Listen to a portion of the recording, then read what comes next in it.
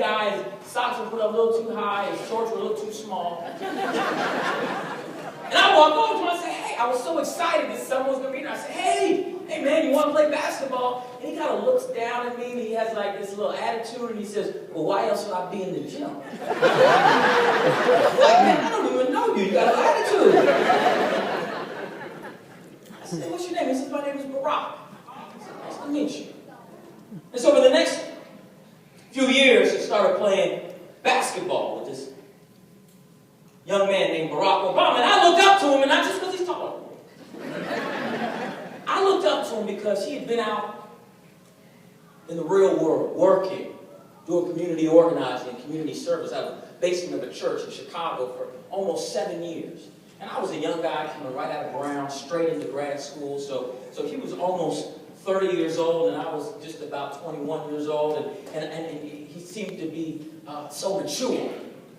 And he seemed to have an idea of what his purpose was. And it taught me a very valuable lesson about foundation building. And I realized something, this idea of being active architects of our own life, that certainly we must have a blueprint first, because if we don't have a plan, we can't execute the vision.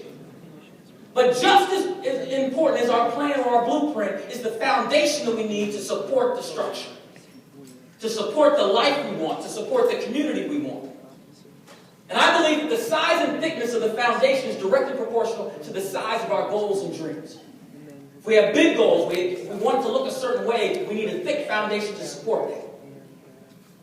And this man, Barack Obama, coming back to school at almost 30 years old, racking up over $100,000 in student loans, taught me that he realized that his foundation, he believed his foundation educationally wasn't thick enough to support the scope of his goals and dreams. And right now, in our communities, we see cracks in the foundation of the black family. We see cracks in the foundation of the education of young black men. We see these cracks. And organizations like this are the organizations that not only fill the cracks, but they actually build bigger and thicker foundations. We need to work together and figure out ways to support the types of communities we want, to support the types of young black men that we want to see in this world. We need to stop and figure out a blueprint and a plan to stop the prison industrial complex.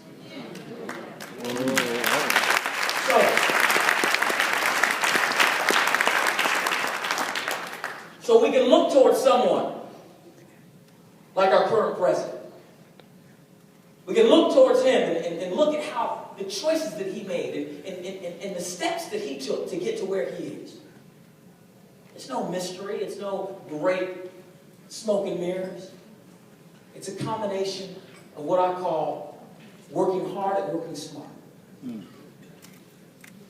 Because you can work really hard, but if you're not working smart, it does you no good. You just sweat a lot and get an injury.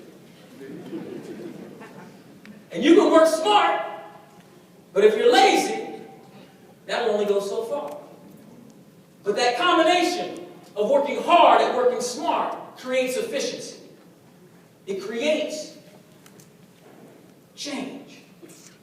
And so, since we're all tied together in this garment of mutual destiny with receiving this award, I believe that we give each other permission to do just that much more. And I'll close with one of my favorite quotes by a Massachusetts native, Bobby Kennedy. Said, "The future does not belong to those who are fearful of bold projects and new ideas, but rather the future belongs to those who can blend passion, reason, and courage into the great ideals and enterprises of American society." Now that word courage is one of my favorite words. The etymology or the root of that word is kur, which means heart. And I'm going to share with you a letter I received by a young brother recently. I'm going to read it exactly as it was given to me. It's this handwritten letter, as you can see. And it says, "Dear Hill Harper, my name is Brian. I'm 16 years old and I am in jail. I can't use a computer, so I can't email you. I wrote these to someplace in New York, and I hope and pray the facts these letters to you are given to you some way, because I really want to talk to you about a lot of stuff here. I just finished reading your book, Letters to a Young Brother. It was the best book I ever read in my life, and I mean that. So if Penguin Ink give you these letters, I would like to have your home address so we can correspond back and forth to each other. Like you said in your book, many young people don't have a role model. I didn't have one, that's why I'm in jail. But I have one now, his name is Harper. I really hope Penguin Ink give you these letters first class. And even if you don't get it, can you please write me back?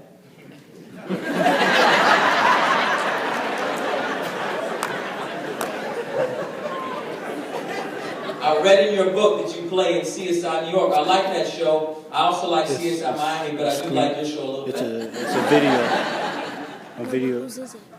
I also read that you went to school with Barack Obama. If you can tell him I said hello. If I was at home and old enough, I would have voted for the president. Apple Store. You want to give it to me? I'll tell you why I'm in jail and how much time I have if you write me back. No.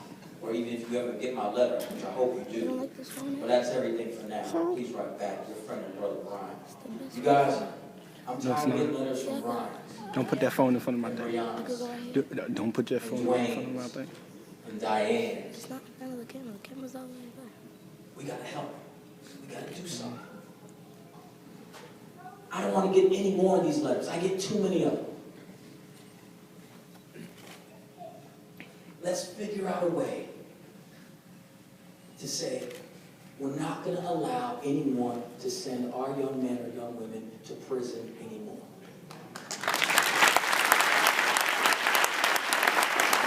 Which means we're going to intervene in their lives. Because the future does not belong to those who are fearful of bold projects and new ideas, but rather the future belongs to those who can blend passion, which means energy, reason, which means critical thinking, and courage, which means your heart, into the personal commitment to the great ideals and enterprises of American society. If American society's great ideas and enterprises is sending us to jail, then that's not good. Let's change that. God bless you. Thank you so much.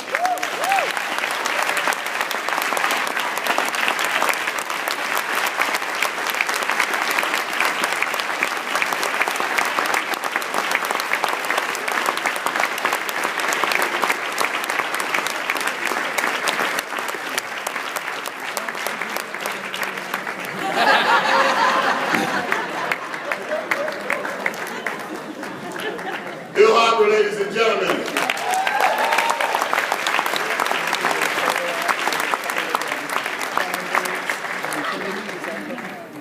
I want to tell you that the flower arrangements in the middle of the table, if you're bold enough to say you're the elder at the table, that's who they belong to. Okay? You take those flowers. Now, 8 minutes. now let me say this. I didn't know that it wasn't taken, so I would have been longer. This is a very dedicated brother. Yeah, I didn't know it wasn't. Last night, That's sad. he was in Ohio. So when I was Came here to be with us today. No, it He's on his way was. to I was here Atlanta. for 10 minutes before you came. And so we got to get him out of here so he can make it to Atlanta. All right? However, he'll know that there are young people that have read your book club at MLK School. We're going to have these photo ops are going to happen. The parents group from Concerned Black Men come forward. The breakfast committee, the officers and founders, you come over and we're going to get Hill to Atlanta. Okay? And so, while we're doing that, Ernie Washington, where are you? Huh? While we're getting Yeah, I ready know. for, President Ernie Washington. Ernest Washington. Ernest. Junior. You missed his call. I mean, you really have a comment. I just wanted to say something very briefly. I was a little remiss.